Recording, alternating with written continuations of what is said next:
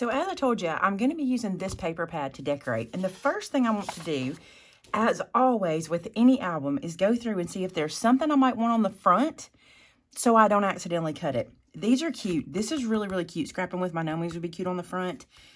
Crop room would be cute on the front. So crafty. This is actually really cute, the obsessive crafting disorder. So I'm going to put this aside and not do those just yet.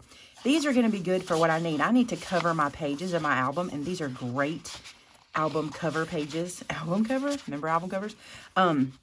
Because they're just good space fillers, right? And then this little guy is my sticker. So I just have the one cut apart. So I'll make my cover either out of stickers or the cut aparts. So the first thing I want to do is decide if there's any of this I want to be my front cover. Again, I always worry about the cover more than anything else because I've had bad experiences, right? I've made a whole project and not thought about it. And I kind of think like this would be super cute on the front because I love all the black and all the little crafty supplies. But I also love this plaid. I think this plaid is so cute. Let me see if I want to salvage a piece for this or save a piece for this. I think I'll save a piece of this plaid for the front. All right, so I know I'm going to do that. Let's make some decisions. Number one, we want to cover this guy, and he is 5 1/4 by 7 1/4. So that means I need pieces that are 5 by 7 to cover. All right, so I'm going to run through and count. This is something you can do quick. You can cover all these pages super fast. So we need 1, 2, 3, 4, 5, 6, 7, 8, 9, 10, 11, 12 pieces in 5 by 7. So let's just see what we can make happen with this. So I'm going to go through and I'm going to cut as many 5 by 7s as I can to get 12. So I should be able to get 2 from each sheet. And I might be a little shy with this. And if I am, it's not the end of the world because we can always bring in some solid color pages. So we can always make up for that. So here's 2, and I know I want this to be my cover, and I'll show you how it's going to land. It's going to land just like that. So not only am I going to go ahead and cut all these pages, I'm going to cut them and go ahead and glue them in, and then I'll come back and show you what they look like. Before I get to gluing, let's do this. I'm going to reserve this for my cover, so I'm going to turn that one over there. But since that's my cover, I want to use the other side of this in the book. So I'm going to flip this over like this, actually like this, because that's going to be the side I'm going to glue down. So there's that. Then I'm going to take this guy and glue this side down, and then I'm going to flip it and do this side. This is just so I can lay all my pages out and know that I'm putting them correctly in the book, although it won't be hard to do. Basically, you're just flipping one and keeping one, and then flipping one and keeping one, and flipping one and keeping one. So now I'll show you what you get. So you get this one, and you get these one, and basically you just make sure you have a different pattern facing up. This is not hard to do as you go along, but I find it easy to go ahead and do it like that, get everything ready. And so when I go to the book, I just open it up, grab from my pile, glue this down, and I know that I'm ready to go. Like everything's going to be fine. If you have to make an adjustment along the way, go ahead, but I think we're going to do real well here. So I'm going to glue all of these pages in. So this is the part we all start to love. This is where it starts to look like an album and you're like, how did you make this? This is where people look at this and they're like, how did you bind that? Can you tell me how you did that? Our binding was so easy on this one, right? And look how much real estate we have, so much, but we're fixing to add even more. Remember we have those pockets that we made. Remember this one, oh, this one is a top pocket. So here at the top, and then this one is, every other page is a side pocket like this, and then a top, and then a side. So what's going in there? Well, let me show you. So remember how I told you we were going to use the cards and the envelopes from this set to make this album? Now it's time to pull out the card bases. Now I pulled out 4. Now if you remember, because this is a card and envelope set, these guys are already pre-cut to fit inside perfectly. Like we don't have to do anything to make that happen. So with your card bases, we're going to add real estate to this guy, okay? So not this one because it's a top. I want us to go to the side opening first. So this is our first side opening. You take this guy, okay? And because it's an envelope with a card base, this is already cut for you to do. You slide this into there, all right, just like so. And you've added a flap and you've added real estate. So you see how we've added even more in there? And it's a pull-out, so it also comes out with more real estate. That's one way we're going to use it. Another way we're going to use a card base, this is another card base, using those top holes. Remember, we have two that are top. Again, this is a card that will fit inside of an envelope. So this will live down in here and give us even more real estate, and we will make a way to pull this out. Don't worry, that's coming. This will then be real estate for more photos. But before I put them in there, I want to cuten them up. Is that a word? I don't know. So I'm going to get my stub and scallop punch, and I think these will be cute to scallop punch the corners before we use them as mats. I just think this will be cute. So I'm going to do all 4 corners. And then when I open this up, you'll see here that it will kind of look a little more fancy, not just a flat piece. You don't have to just use your scallop. You could do it with your stub. You could do it with different corner punches that you have.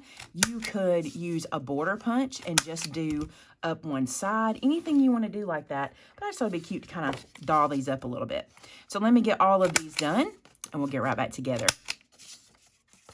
So these are all rounded or scallop punched on the edges. So let's look at how they look now. So if we go back to our album and let's do the side one so you can see it. I go over here to a side opening envelope and slide this in. Now not only do we have this cute flap, but it's a little decorative instead of being just a big square, okay? Now, you see that this one's easy. It just slides in. I'll put my other one in real quick.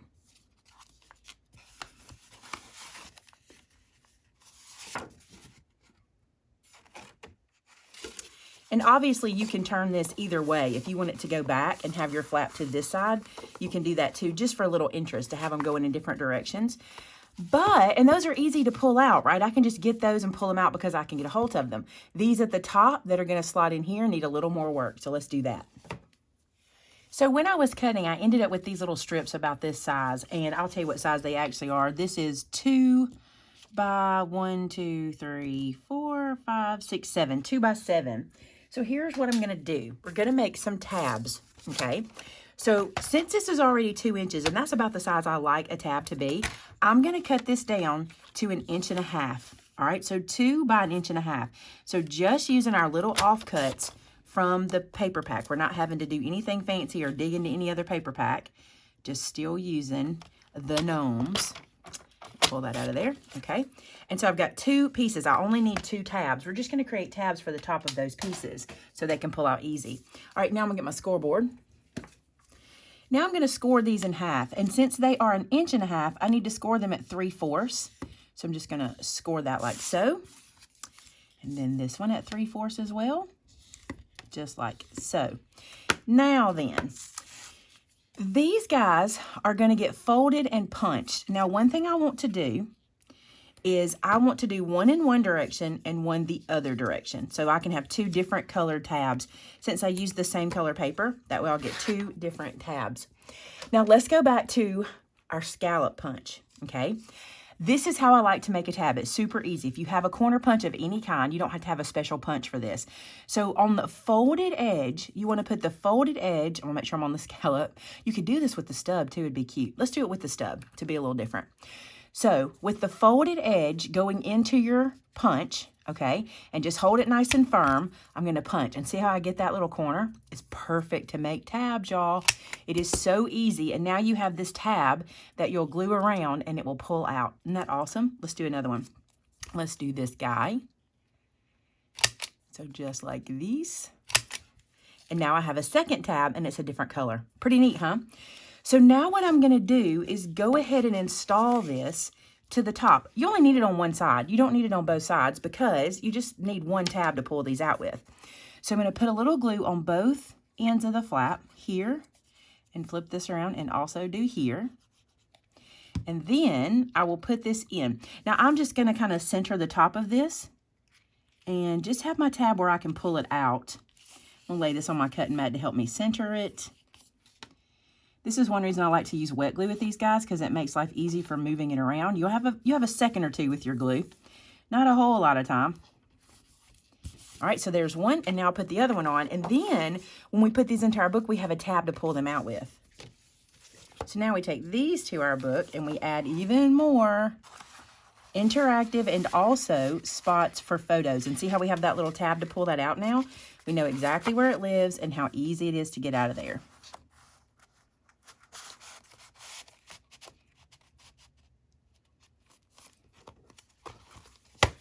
Perfect. 2 little tabs at the top of our book. They'll get even cuter as we go. Do you see what I'm telling you about this paper not scoring well? You might consider that when you're using the black. It just doesn't score well. It doesn't fold well. Let me say this. It's white core, so the white shows. I can fix that with ink, and I will ink it just to hide it, but just to show you that for now. So check it out. Here's where we are so far. We got all of this done. We got all our pages covered. We've got our inserts put in, and now what I want to do is decorate my inserts. Before I start doing the real like fun decorating part, I'm going to pull these guys out and make sure I have them covered like I have everything else covered. Now, okay, so I have 4 inserts. Now the inserts are different than our envelopes. They are smaller.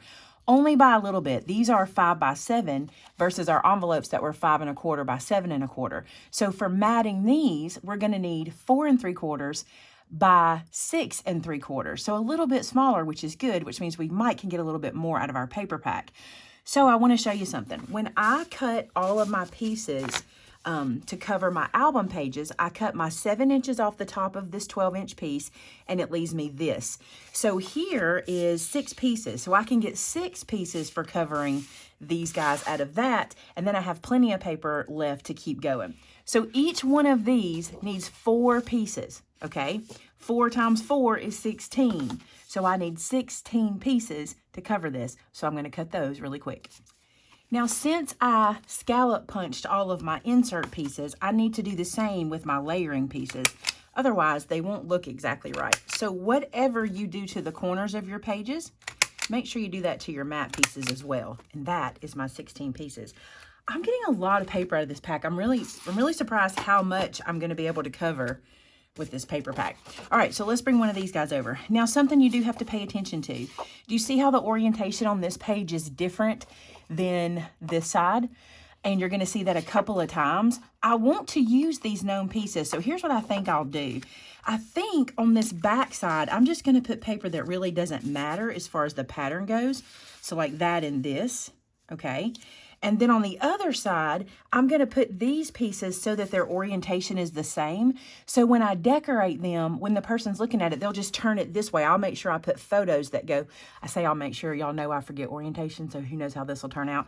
But my plan would be to make photos go sideways here so that the paper makes sense. And that way I'm using all of my paper because I don't want to waste any paper. And you guys hate it when my orientation's off. But it happens. And look.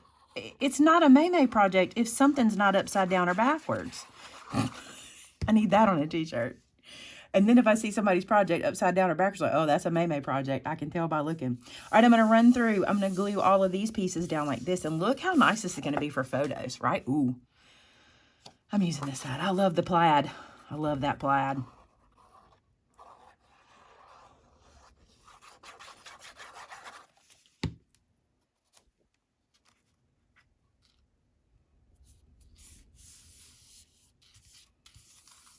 So on this orientation, it doesn't really matter which way I put it as long as they're both going the same way, if that makes sense. So when I put this little guy down, I need to make sure he's in the same direction as the one underneath. So see how my gnomes are all facing up, or all, you know, that way. I need to make sure of that. That way, when the person pulls this out of the book, I'll just make sure these are landscape orientation, whatever I put on here. Make sense? Okay, so this one is covered. Let's get all the rest done. Okay, so now it is time to put these guys in. So let's take our first one with the tab. I'm going to open the top and slot this in, and look how nice that does. It's perfect because our envelopes are already the right size for us. I'm catching down here somewhere. I know it goes all the way in because I had it all. There we go. It's like because I had it all the way in. There we go. So that one is inserted, and then let's insert this guy. And you can decide which one or which page you want to show. Like if I wanted the gnomes to show, or if I wanted the flowers. I think the flowers look really good. So I'm going to open. Oh, that's a tab one, not that one. Hold on. Remember, the tabs don't go here. So let's decide what. Oh, let's do that. Okay. So I'm going to take this guy and slide him into the side like so.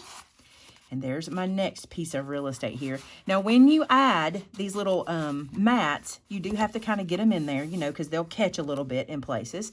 So there's that one. Let's put this guy at the top, or in the top pocket. Just like so. And then we have one more side. This is really adding a lot of space. A lot of places for pictures. All right, so there is that guy. So now let's look at our album. So we have the front. We have this page with our pull out at the top. We have this page with an opening flap that comes out, and also here and here for photos, our pull out at the top, our opening flap that pulls out, and then our back page.